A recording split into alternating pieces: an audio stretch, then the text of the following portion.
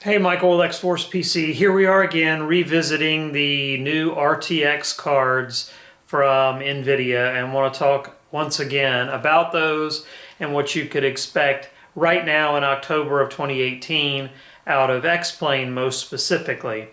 Now in overall gaming performance, you can sort of equate these cards to their predecessors.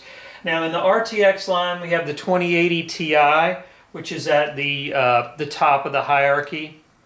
And then we have the 2080, 2070, and 2060. Now the 2060 is almost certainly going to be a GTX. And what does that mean? Well, it means it doesn't support this new ray tracing that is being touted by NVIDIA as being the new great thing. And there's also really not any games out there currently that support ray tracing. You can find one or two exceptions, I believe, but for the most part it's unsupported.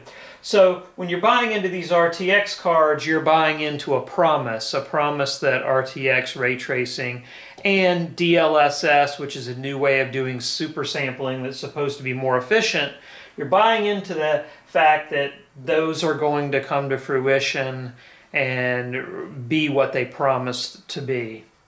Now, when comparing these to, excuse me, the current 10 series cards, these you can make some pretty rough approximations. The RTX 2080 in current gaming, without these new features, is roughly equivalent to a 1080 Ti. 2070 in performance, roughly equivalent to a 1080, and the 2060 is going to be roughly equivalent to the current 1070. These cards are going to be more expensive too, so that's another thing to consider. Currently an RTX 2080, is running $700-800, whereas a 1080 Ti is in the $650 range. All these cards are going to be $100 to $200 more over here on the RTX side, even though you're currently in today's terms getting the same performance.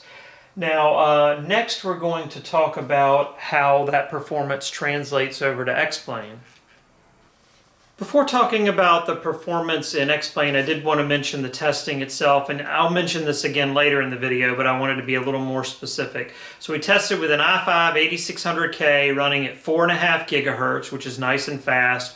We have some DDR4 3200 RAM, 16 gigs, so RAM isn't going to be an issue.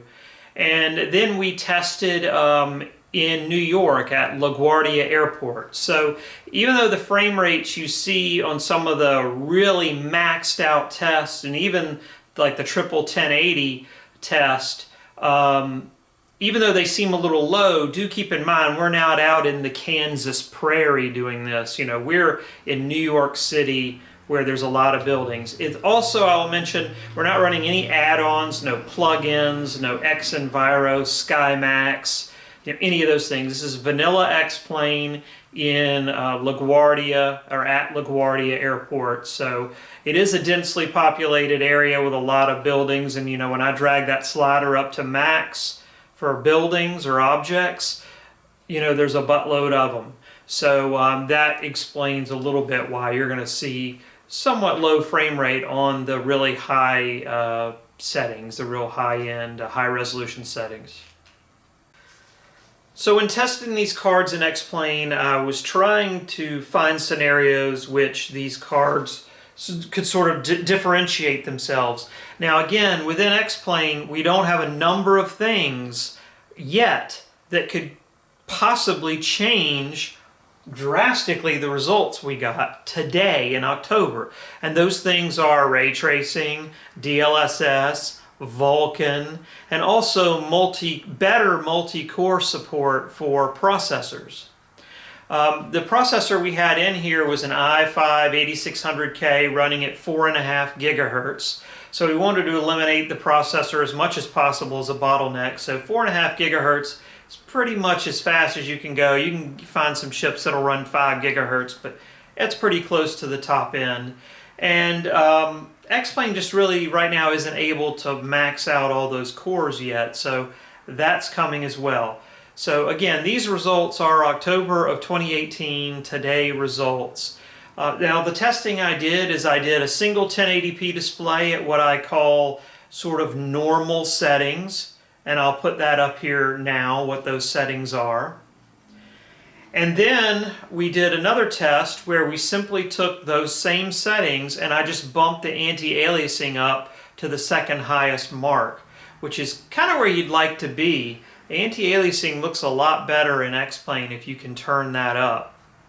The next test I did was I maxed everything out except ambient occlusion. Ambient occlusion is that top left slider, and that has a huge impact on frame rate. Ambient occlusion has to do with how light is handled, and hopefully ray tracing will replace ambient occlusion, and we'll have better performance, because you're going to see at higher resolutions when you really turn this anti-aliasing up, which could be replaced by DLSS, and when you turn up the ambient occlusion, which could be replaced by ray tracing, you're going to see frame rate drops.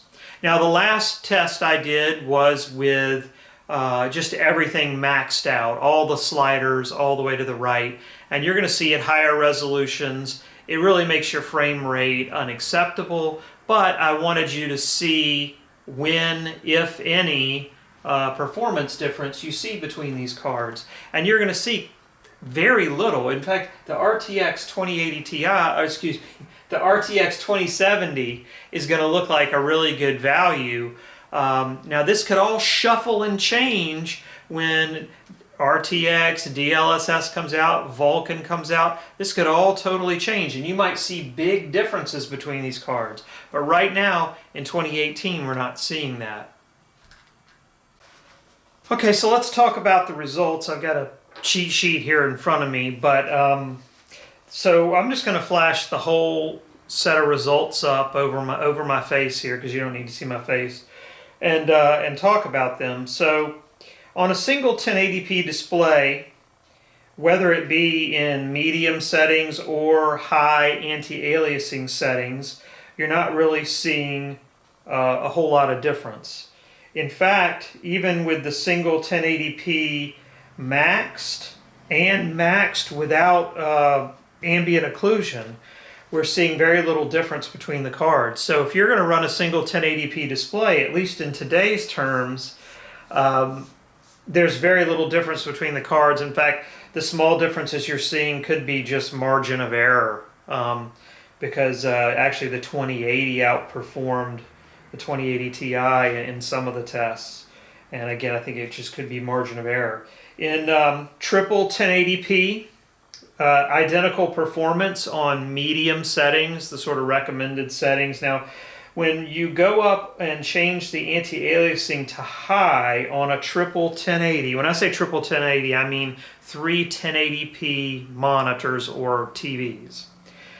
You do see that the 2070 does drop off just a little bit, and that's because when you up the anti-aliasing, you shift the bottleneck from the processor to the graphics card.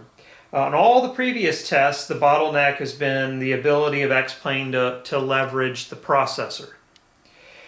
Now, we go up to 4K, and this is 4K at just regular settings again, and we're seeing basically no difference.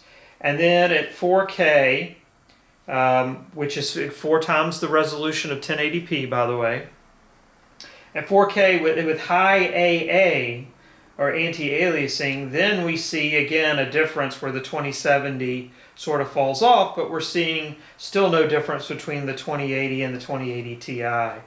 Again, because the bottleneck, when you turn the high AA on, once you get to that 2070, the bottleneck becomes that 2070 in that scenario. Then we go to 4K maxed without ambient occlusion, and you'll see that now finally the 2080 Ti is showing a little bit of a difference here, and then you'll see that there's even a lower score there for the RTX 2070. And then lastly, we have 4K maxed with just every slider all the way to the right, and of course we're getting unacceptable frame rate at that point. We're dipping into the teens for our frame rate. So you wouldn't really run it this way. This is just to try to show a difference between the cards. So that last one, again, you really wouldn't run it that way because you're not going to run below 20 frames per second. But X-Plane allows you to turn the settings up to an almost ridiculous level. And this is a case where I get phone calls all the time saying, I want you to build me a system which will run X-Plane with everything, all the sliders maxed out.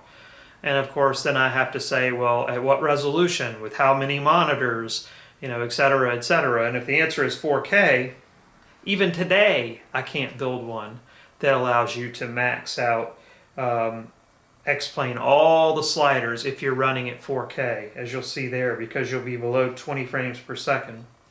Well, I think what this tells us here, the results tell us, is if number one, if you're going to run a single 1080p display, you don't need anything more than the 2070.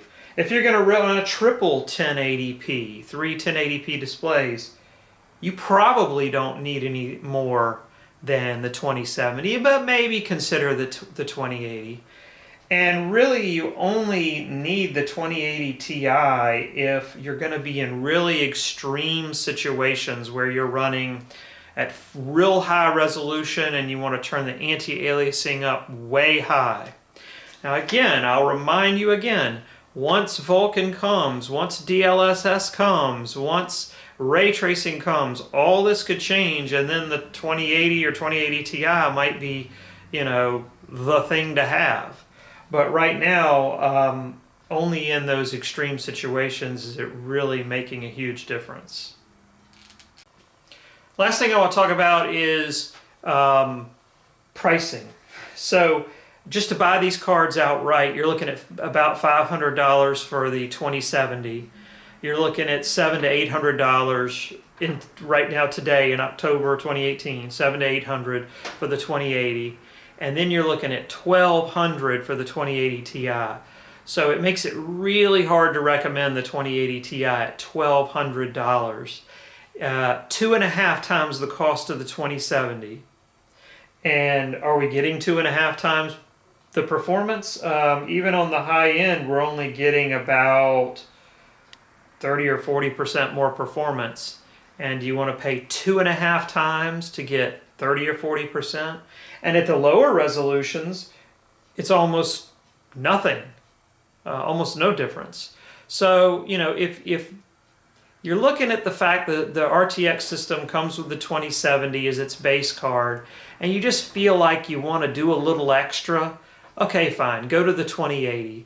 But I'd say only consider the 2080 Ti if really money's no object. You're not going to miss any meals, you got plenty of money, you don't really care, you want the best, okay, fine, go with the 2080 Ti. But right now it's just hard to recommend.